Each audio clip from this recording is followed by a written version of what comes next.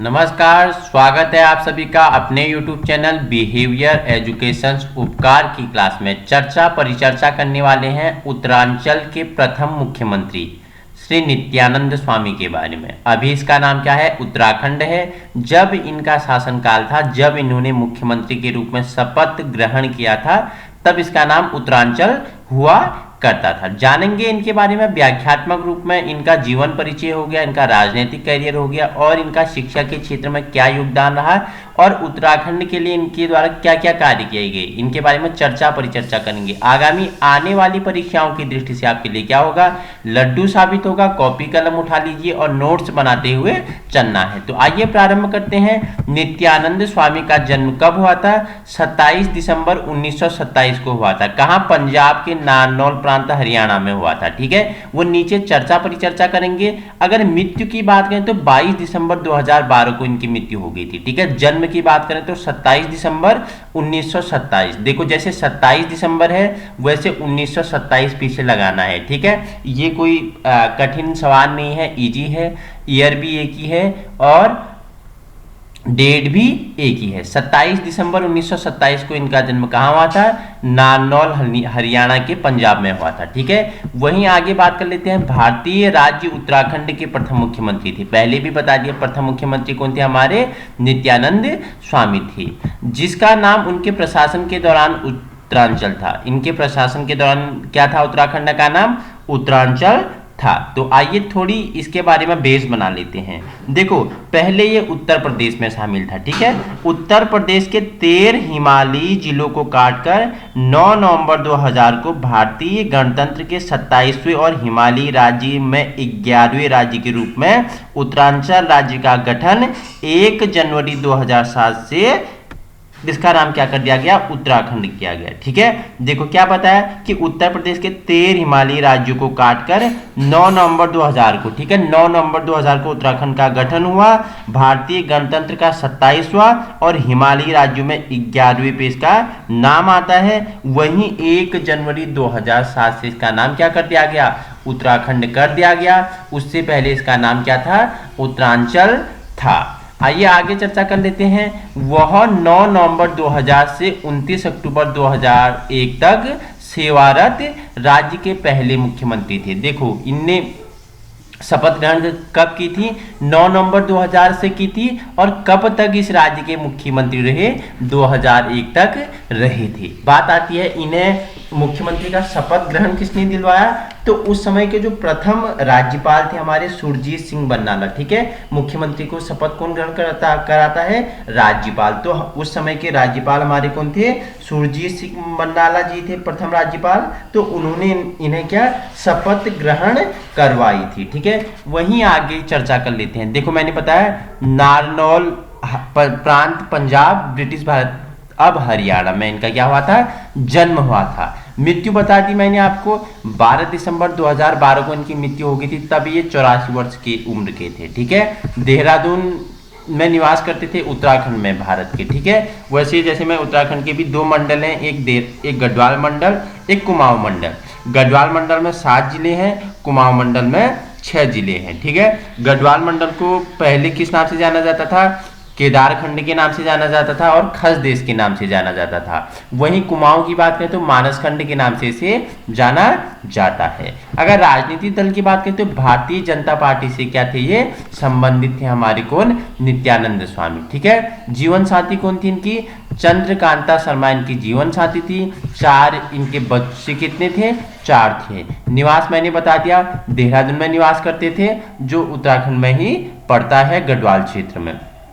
आगे चर्चा कर लेते हैं इनका प्रारंभिक जीवन और शिक्षा के बारे में। देखो, स्वामी का जन्म नारनौल हरियाणा में हुआ था और उन्होंने अपना लगभग पूरा जीवन देहरादून में बिताया, जहां उनके पिता ने वन अनुसंधान संस्थान में सेवा की। कहां पे? वन अनुसंधान संस्थान में सेवा की थी। किनके पिता ने? हमारे नित्यानंद स्वामी जी के पिता ने।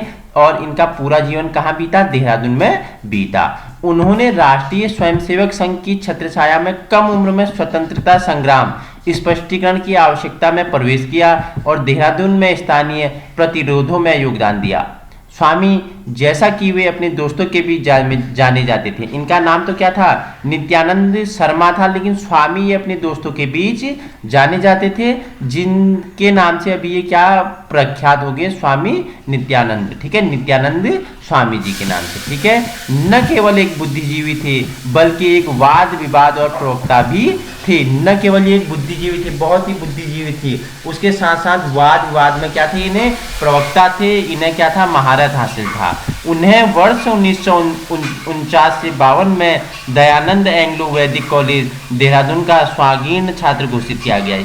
क्या बोल रहा है, वर्ष 1949 से 52 में इन्हें दयानंद एंग्लो वैदिक कॉलेज में क्या किया गया, एक स्वागीर्ण मतलब कि आदर्श छात्र के रूप में क्या किया गया, घोषित किया गया। मतलब कि सभी चीजों में निपुण थे। स्वागीर्ण मतलब कि इनका विकास हर क्षेत्र में क्या था, परिपक्व था। 1950 से लेकर 1960, ठीक है, क्या बोल रहा है, 1950 से लेकर 1960 तक के दशक में भारतीय जनसंघ के कार्यकर्ताओं भी ये रहे और विभिन्न ट्रेड यूनियनों के अध्यक्ष। उन्होंने बंद के हिंसक हड़तालों और विपरीत अहिंसक भूख हड़ताल सत्याग्रहों में भी योगदान दी और इनकी क्या रही, प्रमुख प्राथमिकता रही। अब चर्चा करते हैं इनके राजनीतिक कैरियर के बारे में। ठीक है, पेशे से वकील थे।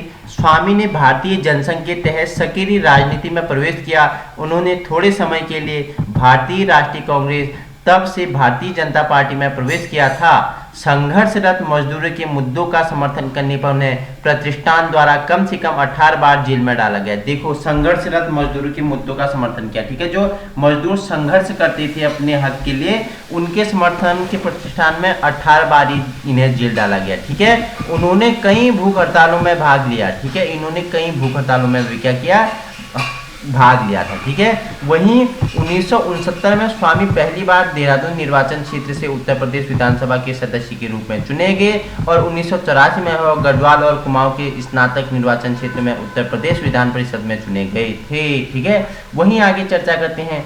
स्वामी ने 3 साल तक गढ़वाल और कुमाऊं निर्वाचन क्षेत्र का प्रतिनिधित्व किया। वे 1991 में उत्तर प्रदेश की विधान परिषद के उपाध्यक्ष बने और 1992 में सर्वसम्मति से उसी के अध्यक्ष चुने गए और स्वामी 1992 में उत्तर प्रदेश विधान परिषद के अध्यक्ष भी चुने गए थे। आगे चर्चा कर लेते हैं। स्वामी ने अलग उत्तरांचल राज्य के लिए संघर्ष में पर्दे के पीछे काम किया था। देखो, स्वामी ने उत्तरांचल के राज्य का क्या किया, अलग मान के उसके लिए संघर्ष किया, पर्दे के पीछे रह के। ठीक है, एकदम आगे आके इसके लिए कोई कड़ा विरोध नहीं किया, पर्दे के पीछे उत्तराखंड राज्य के लिए क्या की, उत्तरांचल राज्य के लिए क्या की, अलग मांग की। ठीक है, वहीं परिषद के अध्यक्ष के रूप में उन्होंने विभिन्न छात्र गैर सरकारी संगठनों के माध्यम से इन क्षेत्रों में गुणों के उत्थान के लिए मामले में नीतियों का अनुसरण भी किया था। आगे चर्चा कर लेते हैं। उसी क्षेत्र में विशिष्ट योगदान के लिए उन्हें दून सिटीजन काउंसिलिंग देहरादून में प्राउड ऑफ द दून पुरस्कार से भी सम्मानित किया। इस क्षेत्र के लिए इन्हें क्या किया गया, दून सिटीजन काउंसिलिंग देहरादून से प्राउड ऑफ द दून पुरस्कार से भी सम्मानित किया गया। मृदभाषी स्वामी को राष्ट्रभाषा हिंदी पर समर्पित सार्वजनिक कार्य के लिए 2000 में उत्तर प्रदेश रत्न से सम्मानित किया गया। देखो, मृदभाषी थे। ठीक है, स्वामी को राष्ट्रभाषा हिंदी पर समर्पित सार्वजनिक कार्य के लिए 2000 में उत्तर प्रदेश रत्न से भी सम्मानित किया गया और 1994 में उन्हें हिंदी प्रचार समिति द्वारा साहित्य भारती से सम्मानित किया गया। क्या बोल रहे हैं, 1994 में उन्हें हिंदी प्रचार समिति द्वारा साहित्य भारती से भी सम्मानित किया गया। अब चर्चा कर लेते हैं इनके राजनीतिक थोड़ी और कैरियर ले लेते हैं। ठीक है, मुख्यमंत्री। देखो, 9 नवंबर 2000 को नित्यानंद स्वामी ने नए राज्य उत्तरांचल, अब उत्तराखंड इसका नाम है, अब इसका नाम क्या है, उत्तराखंड है। जब इन्होंने क्या बने थे, यहाँ के मुख्यमंत्री बने थे, 9 नवंबर 2000 को इसका गठन हुआ था, तब इसका नाम क्या था, उत्तरांचल था। के पहले मुख्यमंत्री के रूप में शपथ ली। उन्हें भारतीय जनता पार्टी के नेतृत्व में मुख्यमंत्री के नवनिर्मित कार्यालय का अधिग्रहण करने के लिए कहा गया। उन्होंने 9 नवंबर 2000 से 29 अक्टूबर 2001 तक कार्यालय में सेवा की। कब, 9 नवंबर जब उत्तराखंड का गठन हुआ था, तब इसका नाम क्या था, उत्तरांचल था। 9 नवंबर 2000 से 29 अक्टूबर 2001 तक कार्यालय में सेवा की और फिर भाजपा नेतृत्व द्वारा पूछे जाने पर भगत सिंह कोश्यारी के पक्ष में स्वेच्छा से इस्तीफा दे दिया। इसके बाद देखो, भारतीय जनता पार्टी के पूछे जाने पर इन्होंने क्या कर दिया, भगत सिंह कोश्यारी के पक्ष में स्वेच्छा से क्या कर दिया, इस्तीफा दे दिया। ठीक है, ये हंसता हुआ चेहरा कौन सा है, नित्यानंद स्वामी हमारे उत्तराखंड के प्रथम मुख्यमंत्री जी हैं। ठीक है, इन्होंने ही इसके लिए बहुत कार्य किए थे, उत्तरांचल राज्य की मांग की थी और एक अलग राज्य के रूप में इसका व्यक्तिगत जीवन के बारे में परिचर्चा कर लेते हैं। उनका विवाह चंद्रकांता स्वामी से हुआ था। अगर इनकी जीवन शांति की बात करें तो कौन थी, चंद्रकांता स्वामी थी और उनकी 4 बेटियां थी। इनकी क्या थी, 4 बेटियां थी। इनकी बीवी पत्नी का नाम चंद्रकांता स्वामी था। ठीक है, देहांत की बात कर लेते हैं। 12 दिसंबर 2012 को संयुक्त चिकित्सा संस्थान CMI देहरादून में 84 वर्ष की आयु में इनका निधन हो गया। उत्तराखंड के जो प्रथम मुख्यमंत्री हमारे नित्यानंद स्वामी थे। 12 दिसंबर 2012 को इनका क्या हो गया, ये पंचतत्व में विलीन हो गए। तो ये थे हमारे उत्तराखंड के प्रथम मुख्यमंत्री नित्यानंद स्वामी के बारे में हमने व्याख्यात्मक रूप में, संक्षिप्त रूप में परिचर्चा की। इनके व्यक्तिगत जीवन, राजनीतिक जीवन, शिक्षा हो गया और इनका राजनीतिक कैरियर के बारे में जाना, किस प्रकार इन्होंने पर्दे में रह के उत्तरांचल राज्य की मांग की थी। Thank you so much.